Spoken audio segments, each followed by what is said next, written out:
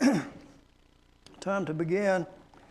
We'll be in 2 Timothy chapter 4 tonight, finishing up this study of Paul's last letter.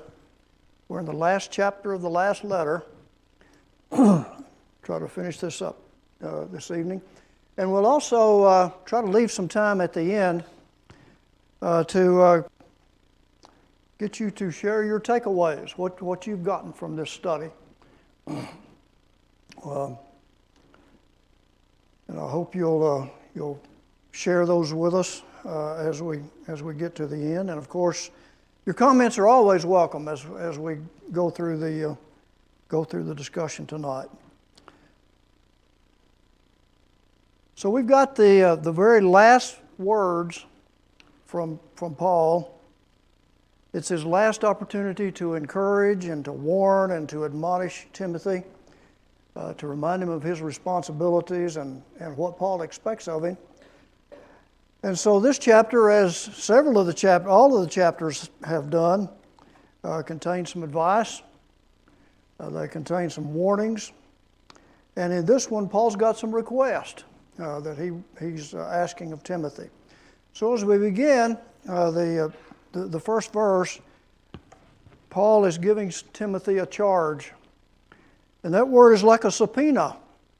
He's kind of ordering him to testify under oath or to compel a witness to do so.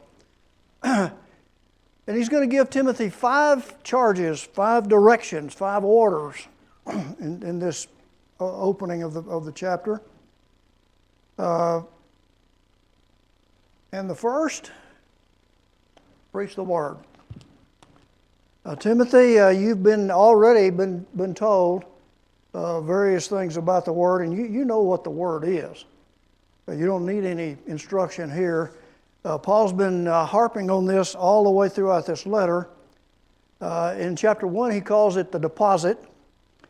He refers to it as the sound teaching, the truth, the faith, things he had followed, things he had learned, things he had believed.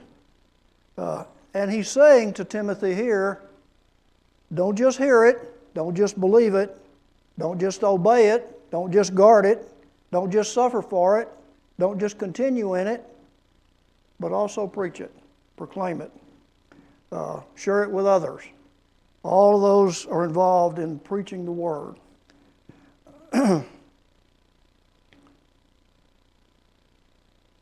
And Timothy, be ready. Do this preaching the word with a sense of urgency. And that urgency is because of the importance of the message. You do it in season and out of season.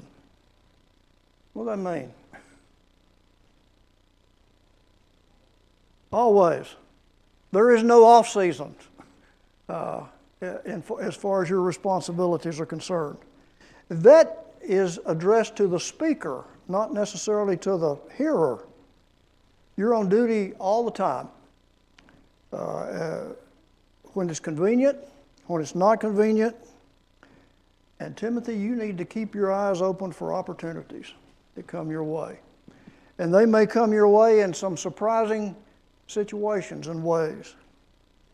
Paul reminds Timothy that while he was in Ephesus, Paul was in Ephesus, he said, I continued to teach the whole counsel of God, both in public and from house to house.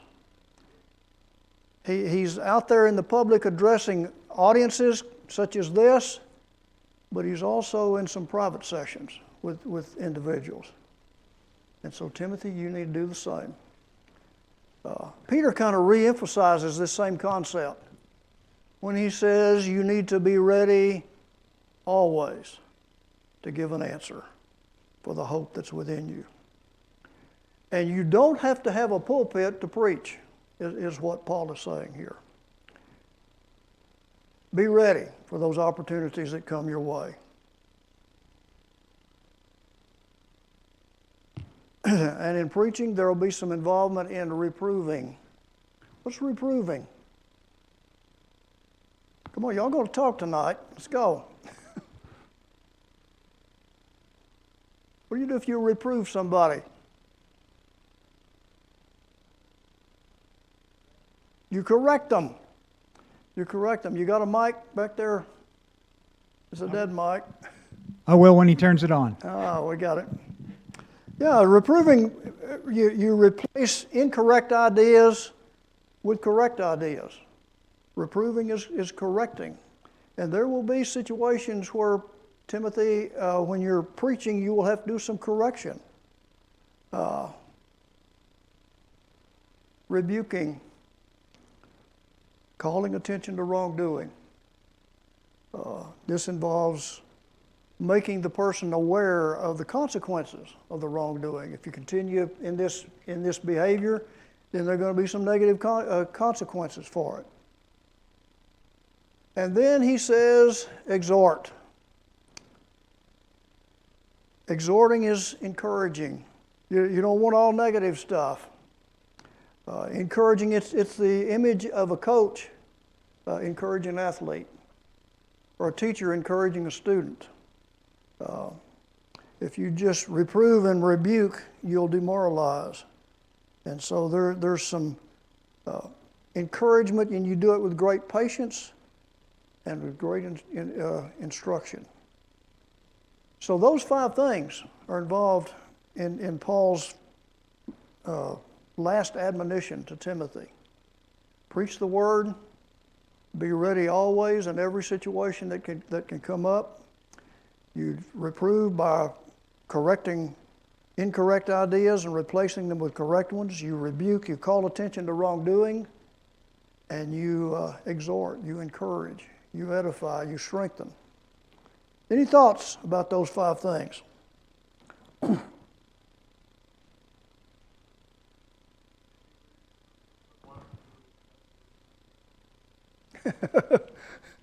Say again, Larry? Maybe so.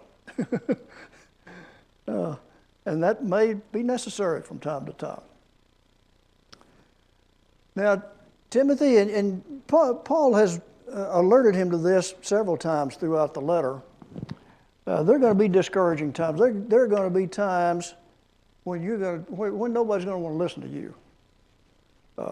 And you're going to be tempted to soften your message, maybe to water down your message, or maybe be silent altogether. Just give up. Because he says the ear ticklers are coming. Time will come when they will not endure sound doctrine. After their own lust, they shall heap to themselves teachers. The teachers don't have the itching ears.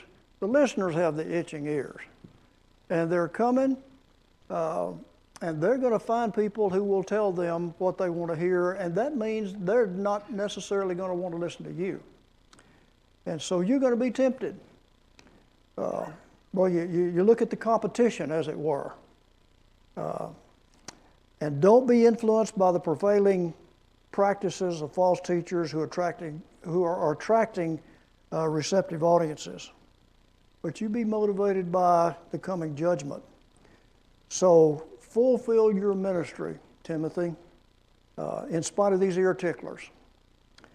We had a dear friend back in Texas who was a medical doctor, and he kind of simplified this whole concept here. He referred often to experience with a high school coach.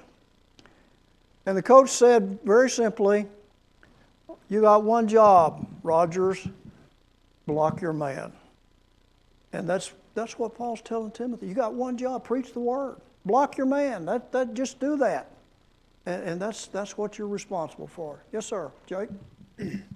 Yeah, I found this instruction from Paul to Timothy interesting, especially when you look at Paul's actions on Mars Hill in Acts 17, because he uses this exact characteristic of the Athenian people against them, or for their benefit, rather. But in order to get them to be interested in the gospel, he tickles their ears with a little piece.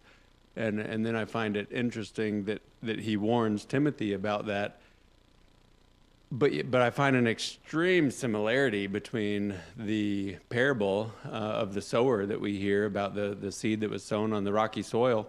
Yeah. And it seems like that's what Paul is telling Timothy here, is to make sure that your listeners have a foundation, because a time's coming when people without a foundation are going to flock to something else. Right.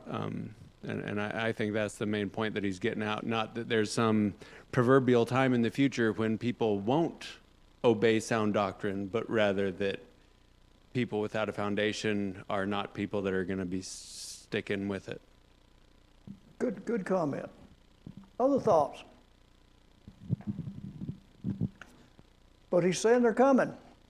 Be prepared for it. Paul says, my time's about up. Time of my departure's at hand. He said, I am already being poured out like a drink offering. Paul never forgot his Jewish roots. And here's an illustration of that point. Being poured out like a drink offering, a Jewish worshiper would pour out red wine on the base of the altar, representing the blood of a lamb that was given in sacrifice. And being poured out was symbolic of a person being emptied of strength to the point of death, drained of life's energy. Paul uses this same illustration in his letter to the Philippians. And Paul said, I'm just worn out. I'm just to the point where I don't have any energy left. I don't have any time left. And so Timothy, as we pointed out in an earlier chapter, I'm handing the baton to you. It's your turn. I've done about all I can do. I'm in a situation now where I'm just tired.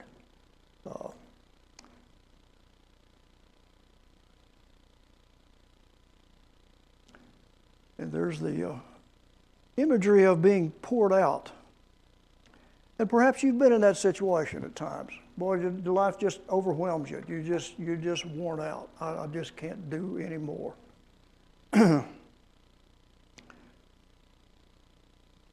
He says, the time of my departure is at hand. And some of the readings I was doing said the imagery there really is twofold. One of them was breaking camp, striking your tent, pulling up stakes, going to a new location.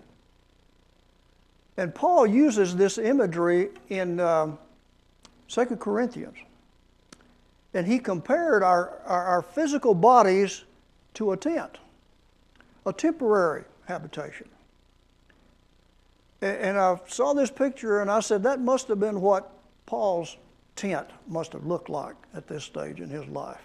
It's about to fall down anyway. Not going to take much to strike that tent. After all he'd been through, the beatings and the imprisonments and the stonings and the shipwrecks and all of that, his tent is pretty well beat up. But he says it's time to put this tent away because God has given us a permanent house that we will receive. And he said, I'm ready for mine. I'm ready to strike this tent and move on to that permanent dwelling. The other imagery that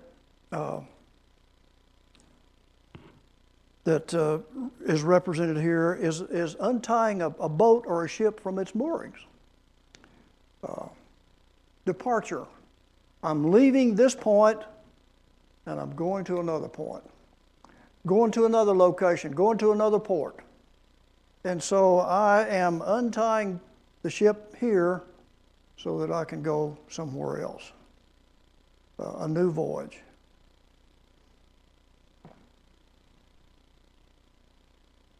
Any thoughts about that?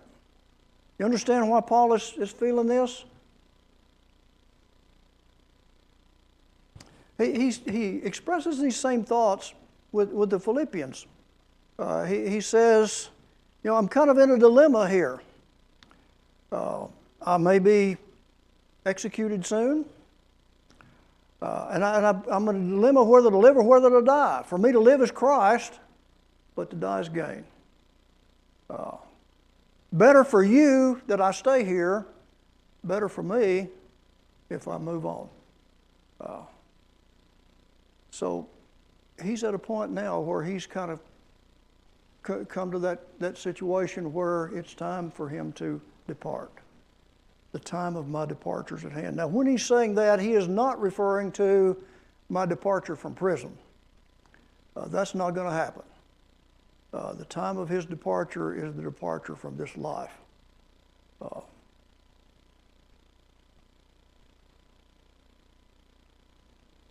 I've fought a good fight. I have finished the race. I've kept the faith. They took from Paul virtually everything they could take from him. They took his freedom. They took his companions. They took his dignity. But the one thing they didn't take is faith. I have kept the faith. Therefore, there is in store for me a crown of righteousness, which the Lord of the righteous judge will award to me on that day, and not to me only, but to all those who have longed for his appearing. This is Paul's legacy. Your legacy is what you're remembered for, what you leave behind. And we're all going to leave one, like it or not, good or bad. We're going to leave behind what we're remembered for. In 1888, an obituary was published in a Paris, France newspaper. It was announcing the death of a man that the article said was a merchant of death, that he had found more ways to kill more people in a short time. And it was the tone of the whole article was good riddance. The world will be a better place when this man's gone, or because this man's gone. But there was one problem with that obituary. The man who was written about had not died. His brother had died, and the reporter hadn't done his homework. So he just saw a last name and he assumed that it was this other person. And so the man got to read his own obituary. That would be interesting, wouldn't it? What you going to be remembered for? And this man was horrified that he was going to be remembered that way, because he was a pretty impressive individual. He spoke 6 languages. He held 355 patents. He had accumulated a vast fortune from 90 international business production plants devoted to the manufacture of items that he had invented himself. And that really was the point of contention, because the items he had invented was explosives, namely dynamite. He had envisioned that his inventions would be used for mining operations, construction projects, but you know what happened to those explosives. They became military weapons. And they, in fact, had been the reason or the cause for the death of lots of people. And so he said, I don't want to be remembered as a merchant of death. So he changed his legacy. He took his vast fortune and he directed it to acknowledge and recognize and award people who had benefited mankind in the field of chemistry, physics, economics, literature, medicine, and world peace. You may not have known that Alfred Nobel invented dynamite, but you are very familiar with the Nobel Prizes that are awarded each year. So he changed his legacy. He changed what he was remembered for. And that fortune that he left was gigantic. It would be in the billions of dollars today. So I guess a question we all need to ask ourselves is, what kind of legacy am I leaving? Be a good thing to, maybe we won't have the opportunity to alter it in the way that Alfred Nobel did, but there's opportunity maybe now to shape our legacy and what we'll be remembered for. Questions, comments about that?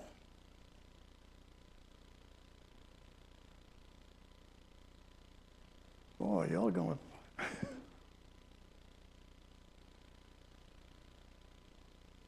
I fought a good fight. There's a couple of imagery. It may have been an athletic reference that Paul referred to here. He does use boxing as a illustration in one of his other letters. Or it could be a military reference, fought a good fight. And he uses that as we mentioned earlier. It's got a number of situations where he uses warfare, military illustrations. I have finished the course. I don't know if we got any runners among us, but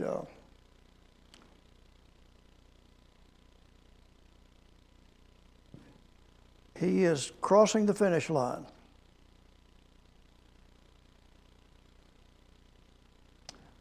He has guarded the trust that God has given him.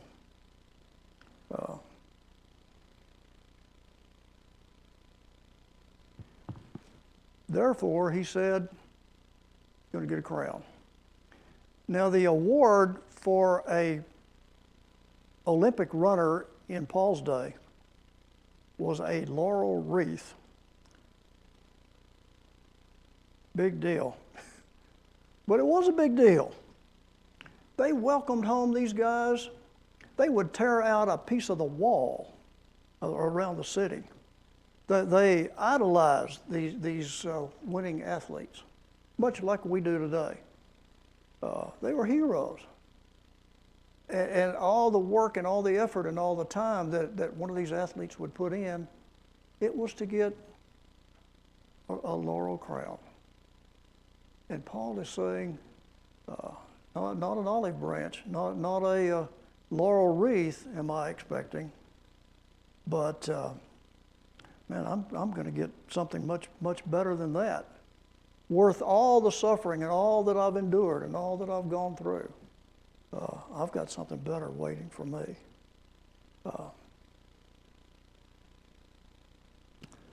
So there's Paul's legacy. Any thoughts, comments?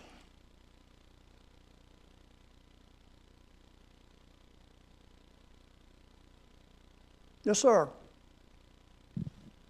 He just wanted to get me up. Just an observation. I really think it's really rich to see how he faces death and his attitude towards his death that's coming. I mean, to me, that is pretty powerful in this closing chapter of Timothy. Right. And you know how he's going to die. He's not going to die in bed, in his sleep, just go to sleep and not wake up. The method of execution will be beheading. They will take him out and sever his head from his body. And he knows that. And yet your point is very well taken. His approach to death. And it could be any time. Other thoughts?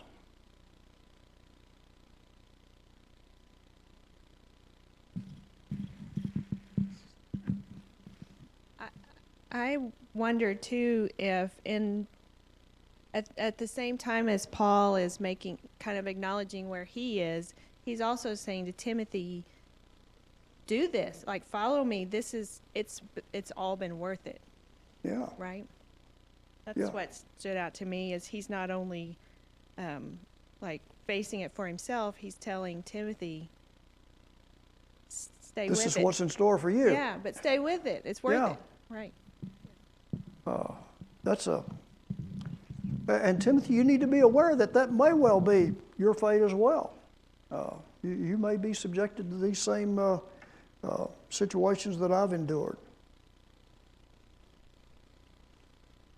Paul remembers. He starts listing off here a whole bunch of names. Some of them we don't know who they are. He doesn't give us any description, but I'll note a couple of them here. The very first one, he says Demas. What happened to Demas? He forsook me. What happened to Demas? Apparently Demas at one point had been a very loyal, faithful, dedicated servant, but he's gone. What happened to him? Turned back to the world. Why? Maybe not. Maybe fear. You know, you got this intensive persecution going on. That's probably enough to scare some people off, to face some of the things that Paul had faced. Maybe he's that soil that Jake mentioned earlier. Maybe his seed fell among the thorns, and when the going got tough, he bailed out. But for whatever reason, Paul feels disappointed. He feels let down. He feels, I don't know, just people that you count on and let you down, you just let down. It's demoralizing. Luke. Boy, Luke is an intriguing individual. I wish we knew more about him. The author of the third gospel and also the author of the book of Acts. And he's Paul's traveling companion. Paul mentions him frequently throughout the book of Acts. And he says, he is with me now. He's one of the few people that Paul can count on to support him during these last days. This next one, Mark, that's a surprise that he would request Mark, because he tells Timothy, bring him with you. Why is that a surprise? Well, go back to Acts 15. Paul and Barnabas have gone on their first missionary journey. And they've had some success. And they come back and they report what they've done, where they've been. And Paul suggests, well, why don't we go back and check on these folks, see how they're doing. And that's a good idea. Don't just leave them hanging out there. And Barnabas said, that's a great idea. Let me go get John Mark. And Paul said, you got to be kidding. No way are we taking him again. Because Mark, as they took off on that first journey, Mark bailed on them. He went home. Who knows? Maybe he's young. Maybe he got homesick. Maybe this is not what I thought it was going to be. I saw that with some college students at times. You know, this is not for me. I'm going home. So the fact that Paul, and what does Paul say about him? He's useful to me. But when it became an issue between Paul and Barnabas, and you remember the relationship between Paul and Barnabas. When Paul was converted, Christians were afraid of him. We don't want anything to do with this. This is a setup. He's going to come in here and infiltrate us and find out who we are. We don't, and it's Barnabas who brings him in there and vouches for him. But the text says that a sharp contention arose between Paul and Barnabas. And they just agreed to disagree. Who's right in that situation? Paul said, we can't count on him. And Barnabas says, well, he needs a second chance. Who's right? Both. You can make a good case for both of them. But they just said, Paul says, I'll take Silas, you take Mark, I'll go this way, you go this way. But he's useful to me now. Apparently, Mark had matured, grown up, became more dedicated. Look down there about Alexander, about midway through that third line there. Paul says to Timothy, you better watch this guy. He caused me lots of trouble. And he will do the same for you, and so you watch your back when you deal with this guy. He's a troublemaker. Then the rest of these we don't know. Some of them he says are, Erastus is in Corinth, Trophimus is in Miletus and he's sick. Tychicus is in Ephesus. They're in various places on assignment. And then he sends greetings from some of these other folks. And then he sends greetings to Priscilla and Aquila, the household of Onesiphorus.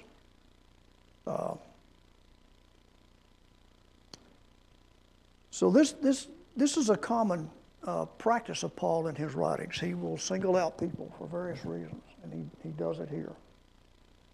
Any thoughts or comments about any of these names?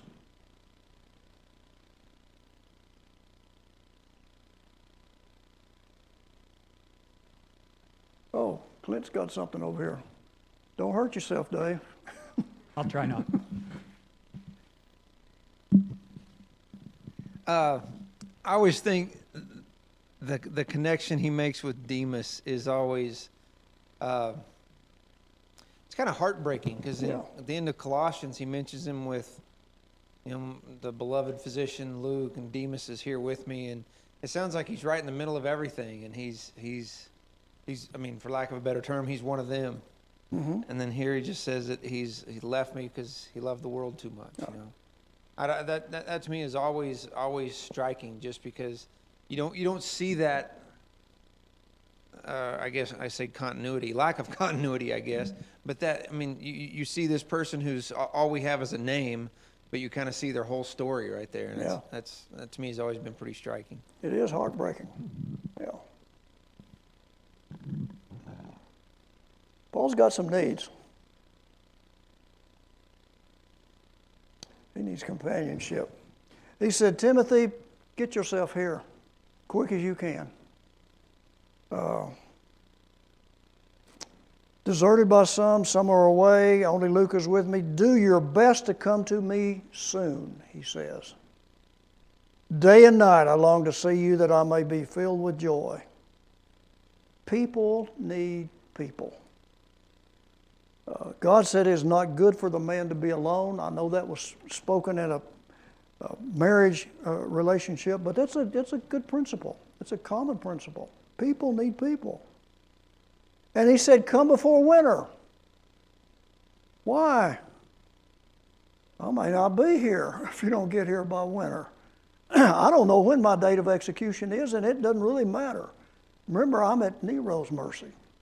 And he may wake up today and decide today's it. And the second reason, come by winter, the weather.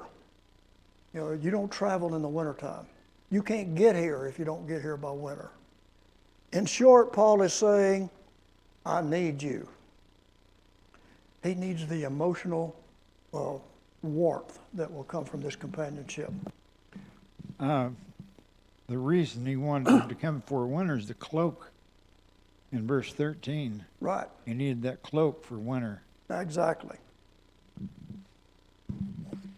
That's the next thing he's going to ask for. He's going to ask for his cloak. And that was a kind of a poncho garment. You had a hole in it. It kind of flipped it down over your head. It's a heavy garment. And it's cold. Oh, okay, we got to... Yeah, I was just going to mention, it's interesting that he's asking for companionship. A lot of the times we forget that people who are very prominent in the faith seem to be well grounded. Obviously, he had all the best credentials. He had all the full power, and yet he's lonely.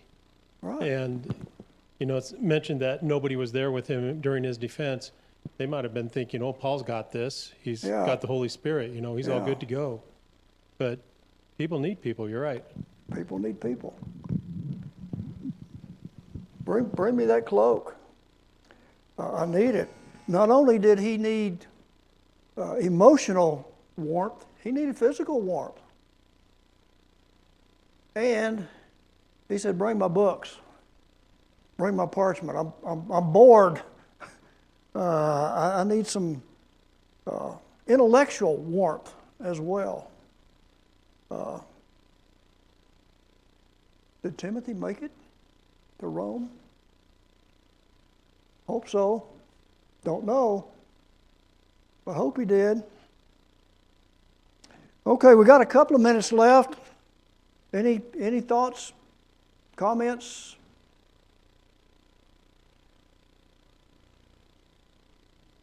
Right. The books were being scrolls, the Old Testament, he needs his writing materials. He's going to write some more, apparently.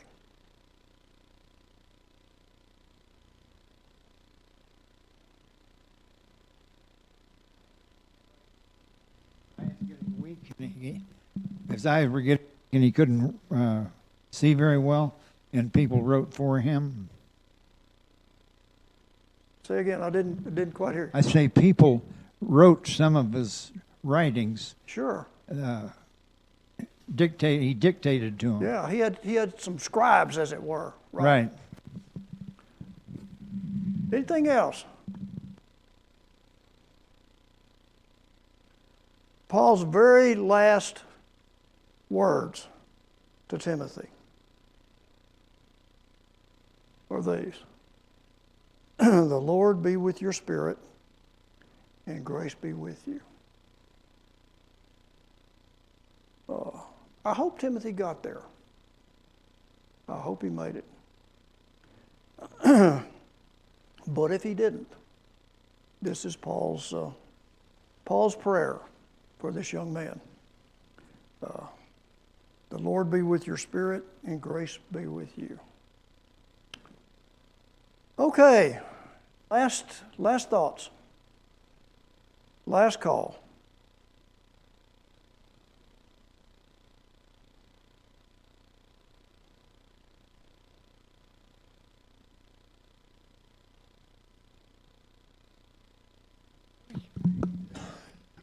Well, I just think, in 17 and 18, he knows he knows what's going to happen to him. He knows he's about to be executed. And even all this stuff about bring my books and parchment, you see him still working. But in 17 and 18, he says, I was rescued from the lion's mouth. And 18, the Lord will rescue me from every evil work. He knows what's going to happen to him, but he still feels like God has taken care of him. And that says so much about who Paul is. Kept his faith. Yeah. Right up to the end. Yes, sir. Yeah, similar to what Clint was saying, it's always comforting to me that Paul got to the very end of his life and he still realized and he still remembered the evil that may have been in his life, that he was very confident. Even though he had done some terrible things, he was Right. very confident Right. that God's going to take care of every bit of that. And I think that's another major encouragement, not just to Timothy, but to all of us. Right. Great thoughts. Okay. Are we done? Let me just say one thing, Tommy. Yes, sir. Thank you very much for coming to the class and being the teacher of the class and taking over for me because I was getting bogged down, and you have moved things along and got through the whole second book of Timothy, and I just appreciate you so much. So thank you for doing that. Well, thanks for the And opportunity. thank you for having two of your girls. I don't know if there are any more, but there's two here. That's all, just those two. So we're And happy we're glad to have them here. we're happy to have them. Yes. Thank you.